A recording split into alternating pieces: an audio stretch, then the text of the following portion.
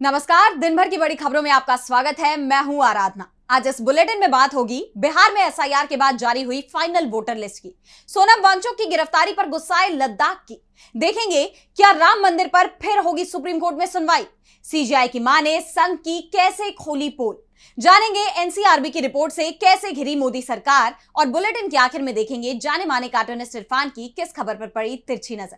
लेकिन दिन भर की तमाम बड़ी खबरों से पहले एक नजर आज की सुर्खियों पर। बरेली मामले पर डीआईजी ने गठित की एसआईटी, 3 सीओ और 14 इंस्पेक्टर करेंगे मामले की जांच। हाल ही में नमाज को लेकर हुआ था बवाल। करूर भगदड़ के बाद पहली बार सामने आए एक्टर विजय, बोले मेरे खिलाफ करे कार्रवाई, पार्टी कार्यकर्ताओं को न करे परेशान। एक्स पर वीडियो शेयर कर जारी किया बयान।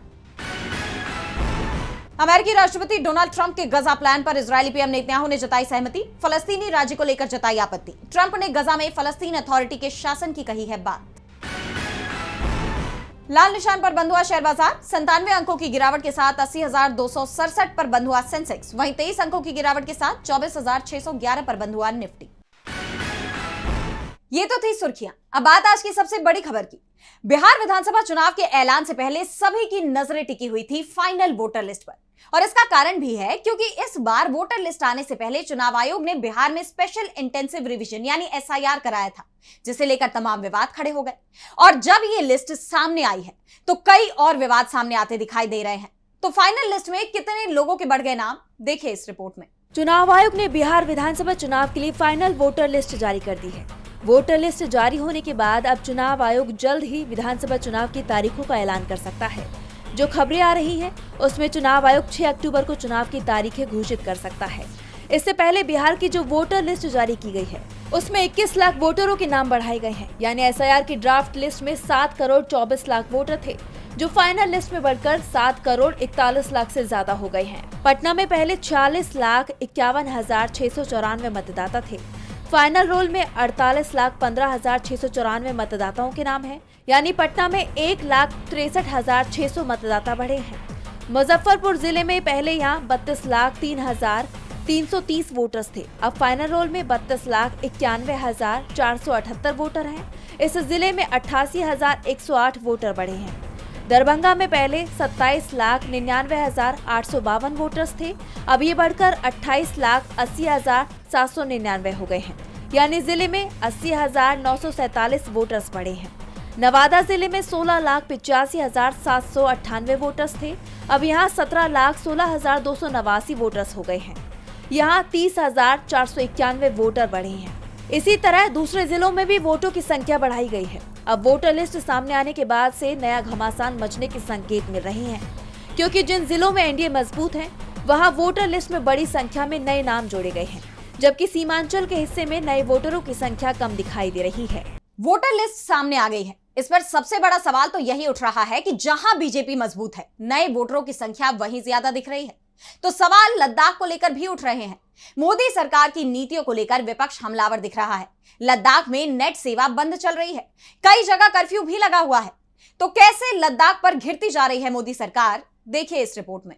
लद्दाख में हुई हिंसा में सोशल एक्टिविस्ट सोनम वांगचुक को राष्ट्रीय सुरक्षा कानून के तहत गिरफ्तार कर लिया गया है, जिससे लद्दाख में भारी गुस्सा दिखाई दे रहा है। उनकी रिहाई की मांग तेज हो गई है। इस बीच लेह एपेक्स बॉडी ने ऐलान किया कि वो केंद्र के साथ तब तक बातचीत नहीं करेगा जब तक लद्दाख में हालात शांत नहीं हो जाते। साथ ही सोनम वांगचुक की रिहाई तक कोई बात नहीं होगी। दरअसल लद्दाख एपेक्स बॉडी और कारगिल डेमोक्रेटिक अलायंस की केंद्र सरकार से 6 अक्टूबर को बातचीत होनी थी। एलएबी और केडीए ही वो 2 संगठन हैं जो साथ मिलकर लद्दाख को राज्य का दर्जा दिलाने और इसे संविधान की 6वीं अनुसूची में शामिल कराने के लिए आंदोलन का नेतृत्व कर रहे हैं। लेकिन वांगचुक की गिरफ्तारी और उन पर लगे देशद्रोह के आरोप के बाद लेह एपेक्स बॉडी ने केंद्र से किसी भी तरह की बातचीत करने से इनकार कर दिया है। साथ ही एलएबी ने लद्दाखी प्रदर्शनकारियों को राष्ट्र विरोधी और पाकिस्तान के हाथों कंट्रोल होने वाला कहने के लिए केंद्र से माफी की भी मांग की है। वहीं हिंसा में जिन लोगों की जान गई थी, उनमें एक पूर्व सैनिक त्वास्वांग थर्चीन भी शामिल है। विपक्ष ने इसे लेकर शोक जताया है और साथ ही केंद्र सरकार पर निशाना भी साधा। लोकसभा में नेता प्रतिपक्ष राहुल गांधी ने इस मुद्दे पर सरकार से जवाब मांगते हुए सोशल मीडिया प्लेटफॉर्म एक्स पर लिखा कि पिता फौजी, बेटा भी फौजी, जिनके रग रग में देशभक्ति बसी है, फिर भी बीजेपी सरकार ने देश के वीर बेटे की गोली मारकर जान ले ली, सिर्फ इसलिए क्योंकि वो लद्दाख और अपने अधिकार के लिए खड़ा था। पिता की दर्द भरी आंखें बस एक सवाल कर रही हैं, क्या आज देश सेवा का यही सिला है? हमारी मांग है कि लद्दाख में जिन लोगों की जान गई उनकी निष्पक्ष न्यायिक जांच होनी ही चाहिए और दोषियों को कड़ी से कड़ी सजा मिलनी चाहिए। मोदी जी, आपने लद्दाख के लोगों को धोखा दिया है। वो अपना हक मांग रहे हैं। संवाद कीजिए, हिंसा और डर की राजनीति बंद कीजिए। वहीं कांग्रेस के राष्ट्रीय अध्यक्ष मल्लिकार्जुन खड़गे ने भी इस मुद्दे पर सरकार से जवाब मांगा है। आपको बता दें कि लेह अपेक्स बॉडी और केंद्र सरकार के बीच होने वाली बातचीत पर यह उम्मीद जताई जा रही थी कि लेह लद्दाख के हालात में कुछ सुधार आ सकता है, लेकिन अब सरकार से नाराज एलएबी ने ऐलान कर सरकार से बातचीत करने से पूरी तरह मना कर दिया है और साफ कहा है कि जब तक सरकार हालात सुधारने के लिए कोई ठोस कदम नहीं उठाती, तब तक केंद्र सरकार से कोई बातचीत नहीं होगी। अब ऐसे में केंद्र की तरफ से क्या कदम उठाए जाते हैं, इस पर सबकी निगाहें बनी हुई हैं। लद्दाख में वांगचुक की रिहाई की मांग तेज हो गई है तो सुर्खियों में राम मंदिर भी बना हुआ है। पूर्व सीजेआई ने राम मंदिर को लेकर एक बयान दिया था जिस पर बवाल मच गया, जिसके बाद राम मंदिर पर कोर्ट के दिए गए फैसले पर पुनर्विचार याचिका दायर करने की तैयारी शुरू हो गई है। तो क्या है पूरा मामला, जानेंगे इस रिपोर्ट में। राम मंदिर पर पूर्व सीजेआई डीवाई चंद्रचूड़ के बयान पर बवाल बढ़ता ही जा रहा है। हाल ही में जस्टिस चंद्रचूड़ ने एक इंटरव्यू में कहा था कि बाबरी मस्जिद का निर्माण ही मूल रूप से अपवित्र था, क्योंकि इसे ऐसी जगह पर बनाया गया था जहां पहले से मंदिर था। उनकी इस टिप्पणी को लेकर न सिर्फ तीखी आलोचना हो रही है, बल्कि अब बात राम मंदिर के फैसले के खिलाफ क्यूरेटिव याचिका दाखिल करने तक पहुंच गई है।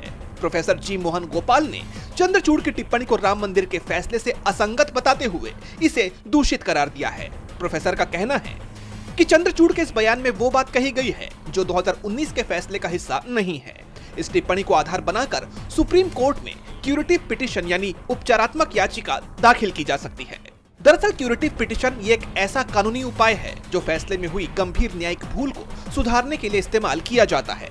जैसा कि आप जानते हैं कि चंद्रचूड़ 2019 में फैसला सुनाने वाली 5 जजों की संवैधानिक बेंच का हिस्सा थे, जिसकी ड्राफ्टिंग का श्रेय भी उन्हें ही दिया जाता है। ऐसे में अब उनके बयान को लेकर राजनीतिक गलियारों में यह सवाल उठ रहा है कि क्या एक पूर्व सीजेआई का फैसला आने के इतने सालों बाद इस तरह की टिप्पणी करना न्यायपालिका की विश्वसनीयता को कमजोर नहीं करता? जानकारों का मानना है कि ये बयान न सिर्फ अयोध्या फैसले की निष्पक्षता पर सवाल उठाता है, बल्कि उस सिद्धांत से भी भटकता है जिसमें स्पष्ट कहा गया था कि मस्जिद तोड़ने के प्रमाण नहीं मिले हैं। हालांकि चंद्रचूड़ ने अपने बयान पर सफाई देते हुए कहा है कि उनके शब्दों को संदर्भ से बाहर ले जाकर गलत तरीके से प्रस्तुत किया गया है और अयोध्या का फैसला केवल साक्ष्य और कानूनी सिद्धांतों पर आधारित था, न कि आस्था पर।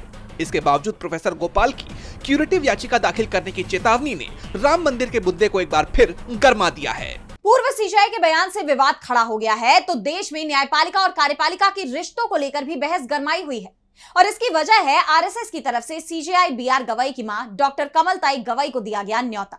संघ के कार्यक्रम में सीजेआई की मां के शामिल होने की चर्चाओं ने न्यायपालिका की निष्पक्षता को लेकर गंभीर सवाल खड़े कर दिए और अब डॉक्टर कमलताई की तरफ से इसे लेकर अपना रुख साफ कर दिया गया है। कथित तौर पर उनकी एक चिट्ठी सामने आई है। तो क्या है इस चिट्ठी में, जानने के लिए देखिए ये रिपोर्ट। आरएसएस ने सीजेआई बीआर गवई के बाद डॉक्टर कमलताई गवई को अपने कार्यक्रम में शामिल करने के लिए बुलाया। इस खबर के सामने आते ही कई सवाल उठने लगे। इस बीच संघ की तरफ से 5 अक्टूबर को अमरावती में आयोजित होने वाले दशहरा कार्यक्रम में डॉक्टर कमलताई गवई के शामिल होने के दावे भी किए जाने लगे, जिसके बाद देश में न्यायपालिका पर दबाव बनाने को लेकर बहस छिड़ गई। ठीक वही सवाल एक बार फिर गूंजने लगे जो इससे पहले पूर्व सीजेआई डीवाई चंद्रचूड़ को लेकर उठे थे, जब पीएम मोदी उनके घर गणेश पूजा में शामिल हुए थे। इस बढ़ते विवाद के बीच अब खुद डॉक्टर कमलताई गवई ने आरएसएस के दुष्प्रचार का भंडाफोड़ कर दिया। उन्होंने साफ कह दिया कि वो इस कार्यक्रम में शामिल नहीं होंगी। बताया जा रहा है कि सीजेआई की मां डॉक्टर कमलताई ने एक चिट्ठी लिखकर इस निमंत्रण को लेकर अपना रुख साफ कर दिया। उन्होंने इस खत में लिखा है कि मैं एक कट्टर अम्बेडकरवादी हूं और इसलिए इस कार्यक्रम में शामिल नहीं होंगी, जिसके बाद आरएसएस के कार्यक्रम में उनके जाने की सभी संभावनाएं खत्म हो गई हैं। उन्होंने अपने इस पत्र में इन सभी दावों को कथित तौर पर आरएसएस की तरफ से फैलाई गई एक साजिश और पूरी तरह से झूठी खबर बताकर खारिज कर दिया। हालांकि अब तक इस बात की पुष्टि नहीं की जा सकी है कि ये खत डॉक्टर कमलताई गवई ने ही जारी किया है, लेकिन जिस तरह संघ ने इस मामले को बार बार प्रचारित किया, ये तक कहा गया कि डॉक्टर कमलताई उनके कार्यक्रम में शामिल होंगी। अब उन सभी दावों की पोल खुल गई है। सीजेआई की मां ने संघ की पोल खोलकर रख दी है तो पोल मोदी सरकार की भी खुल गई है। एनसीआरबी की एक रिपोर्ट सामने आई है जिसने मोदी सरकार पर गंभीर सवाल खड़े कर दिए हैं। इसे लेकर कांग्रेस ने सरकार पर निशाना साधा है। कांग्रेस ने दलित, आदिवासी और महिला सुरक्षा के मुद्दे पर मोदी सरकार को घेरा है। तो क्या कुछ कहा कांग्रेस ने, जानने के लिए देखिए ये रिपोर्ट। राष्ट्रीय अपराध रिकॉर्ड ब्यूरो यानी एनसीआरबी की 2023 की रिपोर्ट ने मोदी सरकार पर कई सवाल उठा दिए हैं। मोदी सरकार जहां एक तरफ अपने शासन काल में सुशासन का दावा करती है, तो वहीं एनसीआरबी के आंकड़े इससे ठीक उलट और चौंकाने वाले हैं, जिसे लेकर कांग्रेस ने मोदी सरकार पर दलित, आदिवासी और महिला विरोधी होने का सीधा आरोप लगाया है। कांग्रेस ने रिपोर्ट का हवाला देते हुए सिलसिलेवार कई पोस्ट किए। सबसे पहले उसने लिखा, मोदी सरकार दलित विरोधी है, आंकड़े भी इसकी गवाही देते हैं। एनसीआरबी का डेटा बताता है 2023 में दलितों के खिलाफ अपराध के 57,789 मामले दर्ज हुए थे। ये नरेंद्र मोदी और बीजेपी का दलित विरोधी चेहरा है, जहां दलितों के अधिकार छीने जाते हैं, उनका स्वाभिमान रौंदा जाता है और आवाज उठाने पर अत्याचार की हदें पार कर दी जाती हैं। कांग्रेस ने आगे लिखा कि इससे भी ज्यादा चिंताजनक बात आदिवासियों के खिलाफ अपराधों में तेज उछाल है। 2022 के मुकाबले 2023 में इसमें 29% की बढ़ोतरी हुई है। 2023 में 12,960 अपराध के मामले दर्ज हुए, जबकि 2022 में यही संख्या 10,064 थी। वहीं महिला सुरक्षा के मुद्दे पर भी सरकार को कटघरे में खड़ा करते हुए कांग्रेस ने लिखा, मोदी सरकार में महिलाओं के खिलाफ अपराध लगातार बढ़े हैं। एनसीआरबी की रिपोर्ट बताती है कि 2023 में महिलाओं के खिलाफ अपराध के 4,48,211 केसेस दर्ज हुए, जबकि 2022 में ये संख्या 4,45,256 थी।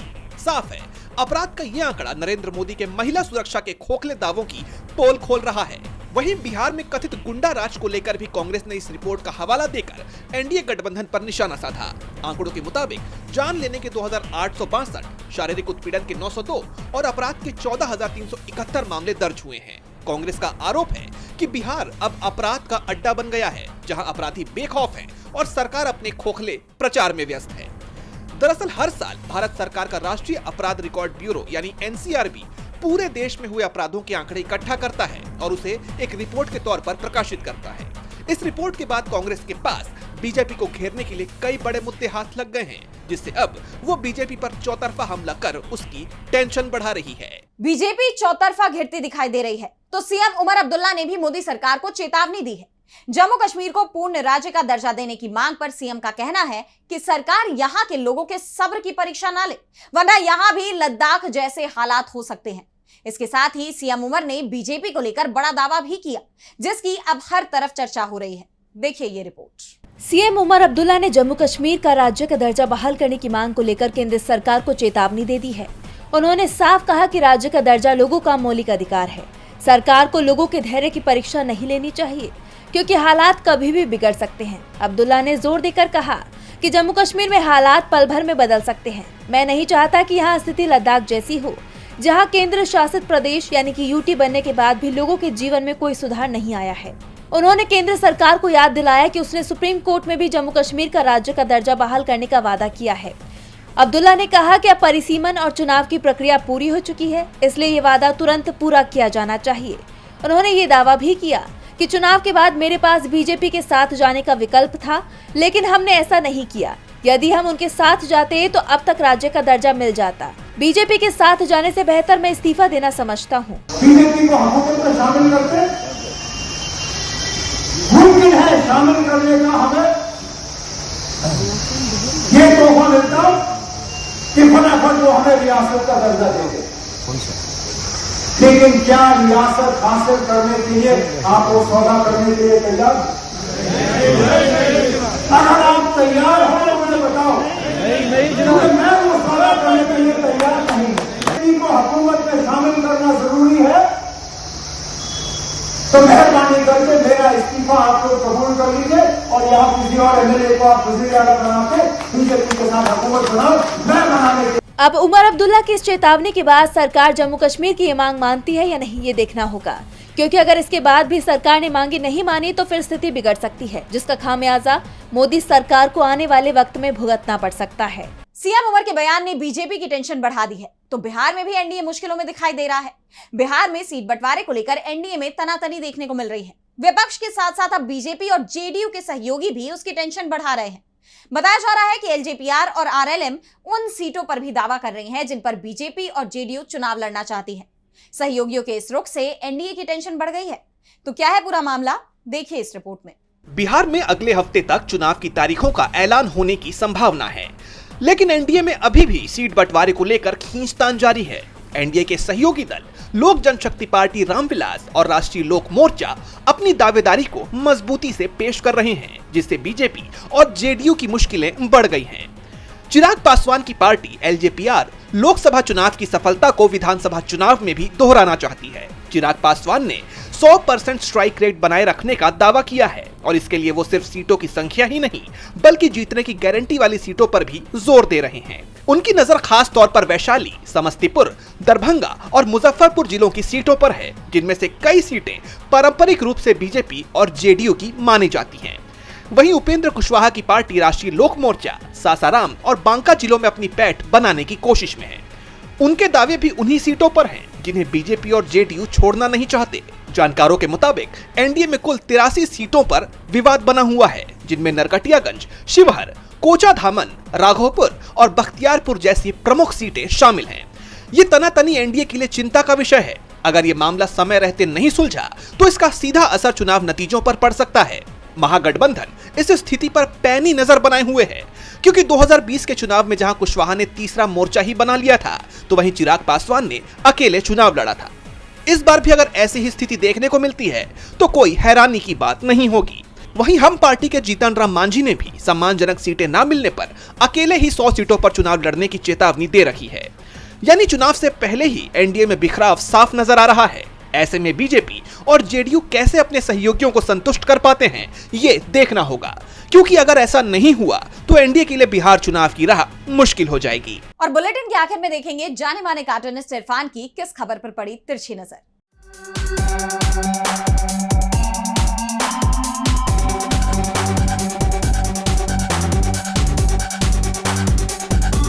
बिहार चुनाव में आचार संहिता लागू होने से पहले ज़रूरी था कि वहाँ पर एसआईआर की फाइनल सूची आ जाती, तो लीजिए वो आ भी गई है और उसमें करीब 14 लाख नए नाम जोड़ दिए गए हैं। लेकिन सवाल ये उठता है कि क्या ये वही नाम हैं जो पहले काटे गए थे, या जो नए नाम हैं वो जोड़ दिए गए? तो आखिर वो नाम कौन से हैं? कौन से नाम हैं जो काटे गए थे, जोड़े नहीं गए हैं अभी तक, और जो नए जोड़े गए हैं वो आखिर कौन से नाम हैं? इनका खुलासा तो राहुल गांधी ही करेंगे। उनकी प्रेस कॉन्फ्रेंस का आपको इंतज़ार करना पड़ेगा।